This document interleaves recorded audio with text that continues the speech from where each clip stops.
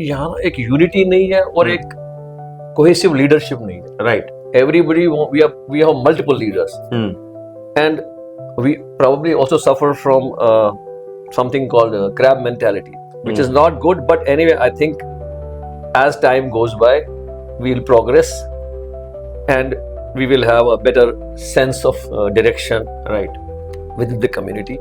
नमस्कार, आप देख रहे हैं द राइट न्यूज और मैं हूं Rohit Bhatt. The right conversation में हमारे साथ बातचीत करने के लिए किशन कीमू जी हैं, जो कि former president KPA Mumbai, Kashmiri Pandit association Mumbai से, और एक सोशल एक्टिविस्ट भी है और कश्मीरी पंडित समाज में बहुत सालों से रुचि दिखा रहे हैं और नजदीकी से जो समस्याएं हैं समाज में उन्हें उनका विश्लेषण भी करते हैं. आपका स्वागत है द राइट न्यूज में. Namaskar. Thank you very much, Rohit. Thank you for inviting me here. And first of all, let me compliment you.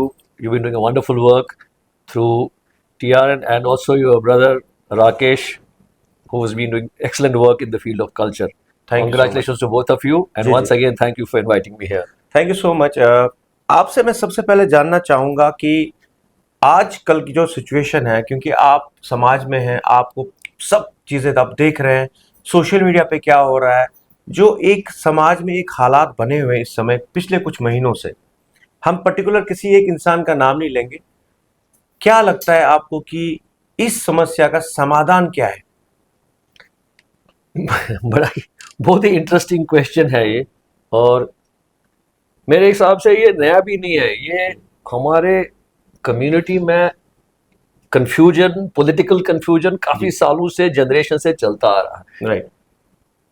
सो इसका कोई समाधान इजी है भी नहीं, बट इसमें वेव्स में चलता है. बीच में शांति होती है, सडनली कुछ मौका मिलता है तो नए लीडर निकलते हैं, नए एक्टिविस्ट निकलते हैं, हाइपर एक्टिव हो जाते हैं, फिर धीरे धीरे फिर शांत हो जाते हैं.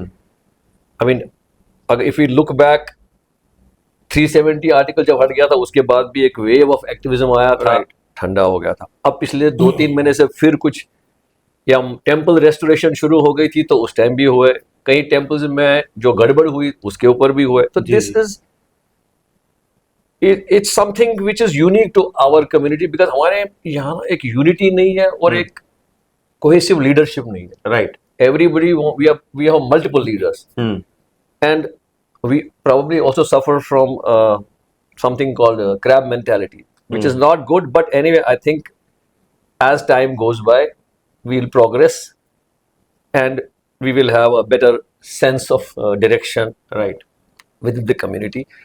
And इसका एक और रीजन भी है कि एक नैरो माइंडेडनेस जो थी over the years, because that was true to India also, because India has suffered a slave mentality which leads to a complex for 700 years. Kashmir has suffered for longer and the worst. Now that mentality, it goes deeper into your mindset, so it leads to a narrow mind. But now I guess, I hope and I suppose things are changing, because in India I have seen overall rest of the country, you must have seen India is economically progressing by leaps and bounds. So incrementally अब नहीं बढ़ रहा, large scale पे बढ़ रहा है. So same thing will extend to maybe to our community, and we will also grow, change our mindset, come out of these small issues and think of larger issues which confront us and work towards them. Right.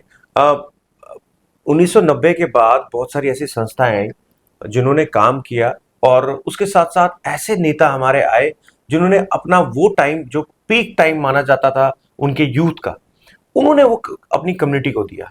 लेकिन आज अचानक उन्हें लताड़ा जाता है, उन्हें कहा जाता है कि उन्होंने अपने जीवन में कुछ भी नहीं किया. क्या आपको लगता है कि जो ये काम कर रहे हैं वो गलत कर रहे हैं, क्योंकि उनका भी कंट्रीब्यूशन कहीं ना कहीं कश्मीरी पंडित समाज को लेके है? बिल्कुल सही बात है, बिकॉज मुझे भी याद है 1990 के बाद तो बहुत लोगों ने काम किया था, और बहुत लोगों ने ये, मतलब अगर गवर्नमेंट लेवल पे देखें, नेशनल लेवल पे देखें, या मीडिया के हिसाब से देखें, तो कहीं ये इशू आया ही नहीं था कश्मीरी पंडित्स का issue. There were Kashmir leaders from Kashmir only who kept it alive for last 20-30 years, till I would say till Kashmir Files as a movie brought it on a national stage. Otherwise, if those leaders had not sacrificed so much of time and effort. तो ये issue तो किसी को पता ही नहीं था, तो Kashmir files ने फिर इसको नेशनल लेवल या इंटरनेशनल लेवल पे बढ़ा दिया. But definitely there's been a great contribution from, I don't want to take names, I will also right. not take names, but there are a lot of people had worked. Yes. But ये भी एक churn होती है हमारे इधर, 10-20 साल के बाद थक जाते हैं लोग, फिर नए निकलते हैं, फिर वो थोड़ा कॉन्ट्रडिक्शन आता है. It's a passing phase, I guess. With time this will keep changing. Thinking बदल जाती है, सिचुएशन बदल जाती है, प्रॉब्लम्स भी बदल जाते हैं, तो सोल्यूशन भी नई डायरेक्शन ले लेते हैं. It's a time issue. आपसे जानना चाहेंगे कि आप प्रेसिडेंट रह चुके हैं कश्मीरी पंडित एसोसिएशन मुंबई के, और आपके कार्यकाल में क्या क्या एक्टिविटीज हुई हैं, क्योंकि एक पूरे समाज में केपीए का एक अहम रोल है, चाहे जो भी गतिविधियां होती हैं समाज में उसमें आपका बड़ा एक अहम रोल है. तो आपकी एक्टिविटीज के बारे में जरूर जानना चाहिए. कश्मीरी पंडित एसोसिएशन जो मुंबई की है, उसमें एक यूनिक चीजें बताऊंगा मैं. एक तो ये 70-75 साल पुरानी है जी, काफी पुरानी है. हालांकि जब मैं बॉम्बे गया था तो मेंबरशिप बहुत कम थी, तब तो हम हवन करते थे तो 150-200 लोग से ज्यादा नहीं होते थे. जी जी. आजकल 1000 भी क्रॉस होता है. तो वो 90 के बाद जो माइग्रेशन हो गया उससे काफी नंबर बढ़ गए. उसके बाद काफी लोग आए, 2000 के बाद और आ गए, तो अब तो काफी है वहाँ. बट केपीए मुंबई का कैरेक्टर एक नॉन पॉलिटिकल रहा है हमेशा. राइट. कॉन्स्टिट्यूशन में ही it's basically a cultural social organisation, तो focus has been on culture, and इसलिए वहाँ within KPA also politics नहीं हुआ. राइट. आप देखोगे कि बहुत सारी ऑर्गेनाइजेशंस आपस में वो कंट्रोवर्सीज होती है, पॉलिटिकली झगड़े होते हैं. केपीए में कभी नहीं रहा है. सो केपीए का डायरेक्शन एक ही रहा है, वन, टू कीप कश्मीरी बरादरी of KP together connected, and second to keep Kashmir culture alive. Right. Because this is a big challenge. Keeping culture alive today is the biggest challenge in my opinion. Right. Because क्या है, आज अगर आप देखोगे तो हमारी community जो है scattered है, scattered all over the globe. फिर बच्चे एक जगह भी नहीं, अगर 2 बच्चे तो एक यूरोप में है, एक कहीं ऑस्ट्रेलिया में है, पेरेंट्स जम्मू में है, बॉम्बे में है, दिल्ली में है. अब जब ये स्कैटर ऐसे होते हैं, मैं तो बॉम्बे में भी देख रहा हूँ, तो सबसे पहले विक्टिम लैंग्वेज होती है. राइट. जब लैंग्वेज अगर सफर गई तो सारा कल्चर, बिकॉज कल्चर का एक मेजर टूल है लैंग्वेज, तो सबसे पहले लैंग्वेज को प्रिजर्व करना है, प्रोटेक्ट करना है, तो ये सबसे बड़ा चैलेंज है. और जब ये स्कैटर हो, अब लैंग्वेज कैसे बनती है? जब लोग आपस में बैठते हैं, इंटरेक्ट करते हैं, एक मोहल्ले में जैसे होते थे तो रहते. अब जब मोहल्ले में ही नहीं है, 50-50 किलोमीटर दूर है, तो बात ही नहीं होती है. बिल्कुल. तो बात ही, तो नेक्स्ट जनरेशन को लैंग्वेज छूट जाता है. लैंग्वेज छूट जाता है तो उसके साथ बाकी सारे रिचुअल, जो कल्चरल एस्पेक्ट्स जो है वो छूट जाते हैं. दूसरा बड़ा challenge which also all of us are aware is intercaste inter religion marriage, which is again taking away lot of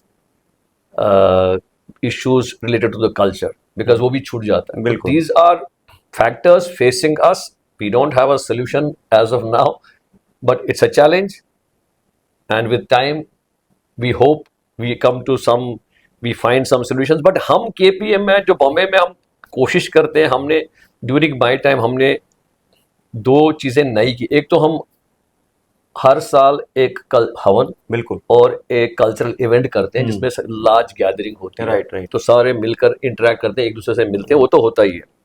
और उसमें कल्चरल प्रोग्राम में भी हम कोशिश करते हैं कश्मीर रिलेटेड ही या कश्मीरी लैंग्वेज में जितना हो सके. अब हमने लास्ट टाइम एक कल्चरल प्रोग्राम में कश्मीरी ड्रेस के ऊपर पूरा एक, not exactly fashion show, but fashion show के स्टाइल में, you can say cultural show. हाँ, cultural show with focus on Kashmiri dresses. उसमें काफी 50-60 पार्टिसिपेटेड ने वो एक किया था. फिर हमने एक यम्बरजल नाम से एक कश्मीर इवेंट किया था, which was over and about the cultural and the हवन. उसमें हमने कश्मीरी फूड रखा था, Kashmiri art, handicrafts and things, साड़ियाँ और कश्मीरी ड्रेसेस, और at the same time side में कश्मीरी गाने लाइव और रिकॉर्डेड दोनों रखे थे, प्लस डिस्प्ले पे रखे थे थिंग्स लाइक तुम्बकन, नोट, गब, नम्द, वो सब हमने वॉल पे अपना शारदा सदन में ये सब किया था. तो this was, we called it Yemberzal, नाम दिया था हमने, तो कश्मीर फेस्टिवल था. फिर हमने आर्ट गैलरी को रिवाइव किया. आर्ट गैलरी इज जो हमारा पर्पस था, is to make sure that the future generation remains connected. वहाँ हमने कश्मीर के सारे मंदिरों के फोटो रखे हैं, राइट, जो कश्मीर के गुरु, स्पिरिचुअल गुरु शैविज्म से लेकर ललेश्वरी, अपना गोपीनाथ आश्रम बाब, ईश्वर आश्रम ट्रस्ट, सबके फोटोज रखे हैं, उनका ब्रीफ नोट रखा है। आर्टिस्ट, जून डब के artist Pran Kishore, my father's Right, name, right. और उनके ऊपर ब्रीफ वो भी डिस्प्ले करके रखा है, प्लस सारे मंदिरों के भी फोटो रखे हैं, Right, ये भी right. पुराने रुइंस है। और वहाँ हमने 3D अभी एक लाइब्रेरी रखी है which will be full of books on Kashmir, plus एक रीडिंग रूम रखा है। एंड वी ऑल्सो, जो अभी तक हम किया नहीं था, was a digital library. Okay, तो टीवी तो है, साथ में डिजिटल लाइब्रेरी, तो आपको डिजिटल कश्मीर का जितना मटेरियल है वो सब एक वहाँ मिलेगा। Then one can do research there for future. And we also intended कि हम आगे स्कूल्स के बच्चों को वहाँ ला के ब्रीफ Right, करें, right. ये हमारा प्लान था। जस्ट जिस दिन मेरा टर्म खत्म हुआ उसके 2-3 दिन पहले हमने इनॉग्रेट किया इसको। Right. इनॉग्रेट किया, बस खोल दिया था, अच्छा। मैं बन रहा था। अब देखिए, अपने मातृभूमि से भी दूर रहने के बावजूद इन्होंने कितना कार्य किया है और नेक्स्ट जनरेशन को कितना कुछ देने की कोशिश कर रहे हैं।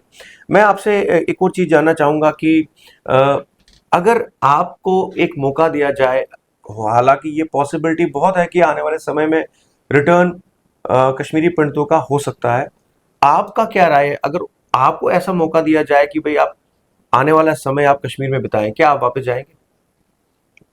ये दूसरा फर्स्ट क्लास क्वेश्चन है जो आजकल हर एक के ज़बान पे है। ये हर मीटिंग में ये बात होती है कि जाएगा नहीं जाएगा, और ये भी लोग कहते हैं कि भाई जो सेटल हो गए वो नहीं जाएंगे, जो बिल्कुल। नहीं सेटल है वही जाएंगे।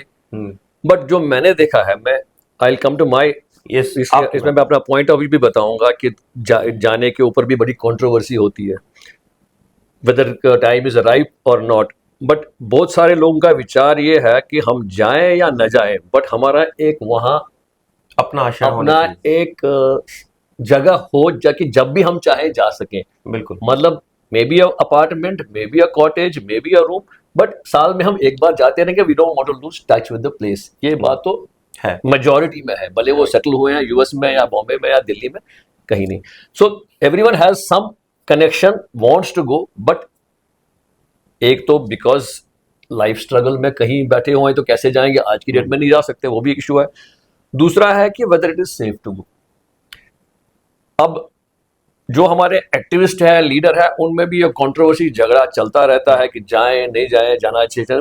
मेरा अपना एक विचार इसमें ये है कि देखो, जाने के कंडीशंस अभी राइट तो नहीं है, इसलिए हमको एक जल्दबाजी नहीं करनी चाहिए। जी, बट वी शुड वॉच। अच्छा, बहुत सारे लोग इसमें गवर्नमेंट को क्रिटिसाइज करते हैं, which is very bad. I don't think we should get into छोटी मोटी बातों के लिए गवर्नमेंट ने हमारे लिए क्या किया, उसने क्या, वो दैट्स अ नेगेटिविज्म। उससे कुछ फायदा तो होने वाला नहीं है, वो नुकसान ही हो सकता है। मैं when I look at things, government क्या कर रही है, कुछ तो कर रही है। अब लेट्स, मतलब my point is we will go, we will be able to go, but before we go back एक इकोसिस्टम वहां चेंज होना चाहिए। जो अभी इकोसिस्टम है कंड्यूसिव नहीं है। राइट।